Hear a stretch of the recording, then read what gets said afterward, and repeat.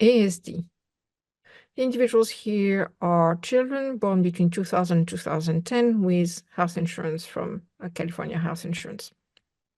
One of the variables studied here is the autism spectrum disorder diagnosis. So we do have children with ASD and children without ASD. So that's one variable, is categorical.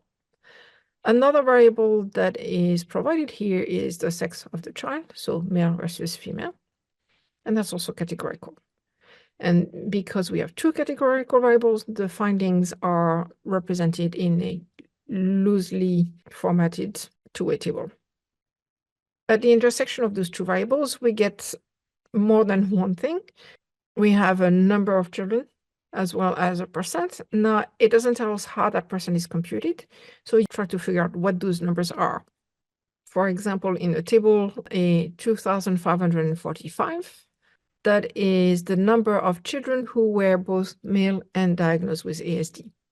And now in parentheses, we have an 82, and we are told that those values in parentheses are percents. So that's an 82%. So first of all, you can tell that this value 82% is not a joint distribution. So it does not represent what percent of all the children in the study, the 196,000 something, are male and diagnosed with ASD. Instead, we can see that 82% is the complement of some other value shown here, the 18%. And it corresponds to the male versus female within the children diagnosed with ASD. In fact, you can see that the value 2,545 plus the value 558, they add up to the total number of children with ASD, 3,103. So that means those percents are percents of children of each gender within or given a diagnosis of ASD. Now, likewise, you can double check that your interpretation makes sense by seeing that the two numbers 98,000 plus and 95,000 plus, they represent respectively 50.7% and 49.3% of all children who are not diagnosed with ASD. So what percent of children in the entire study had a ASD diagnosis? Well, we are told that there were 3,103 children with ASD. So how do we find what percent they represent out of all the children? Well, that means we must find out how many children there were total, and that's the 3,103 plus the 193,826 who didn't have ASD. So what percent of children in the entire study had an ASD diagnosis? That's about 1.6%, which is very interesting and informative in and of itself. But we also have information about the sex of the children in the study.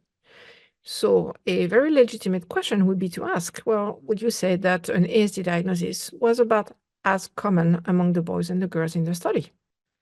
The only way you can answer this is by first answering how common was an ASD diagnosis among the boys, and then asking how common was an ASD diagnosis among the girls. Once you have those two values, then you can compare them and see if they're roughly the same or if one is clearly more than the other.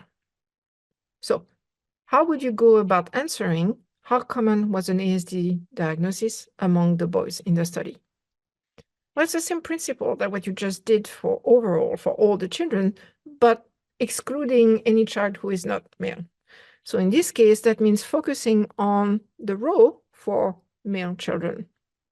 So that means that we had 2,545 male children diagnosed with ASD out of a total of those 2,500 plus the 98,000. So out of roughly 100,000, which gives us roughly 2.5%. So 2.5% of the male children in the study had a diagnosis of ASD. So now we must ask, how common was an ASD diagnosis among the girls? Well, we're going to look just at the female row. And so that's the 558 out of those 558 plus the 95,000 or so. And so that's just about 0.6%. So now we have broken down this question, which asks us to make a comparison. And we've calculated the two components of that question. Now that we know, ASD diagnosis occurred in 2.5% of males, but it occurred only in 0.6% of females in this study. So what does that tell us? Well, it tells us that thankfully, for both male and female children, an ASD diagnosis was relatively rare. However, we can see that from 0.6 to 2.5%, that's actually quite a substantial difference. In fact, 2.5 is about 4 times the value of 0.6. So that means that male children were much more likely to be diagnosed with ASD. So an ASD diagnosis was much more common among males at 2.5% than it was among the female children at 0.6%.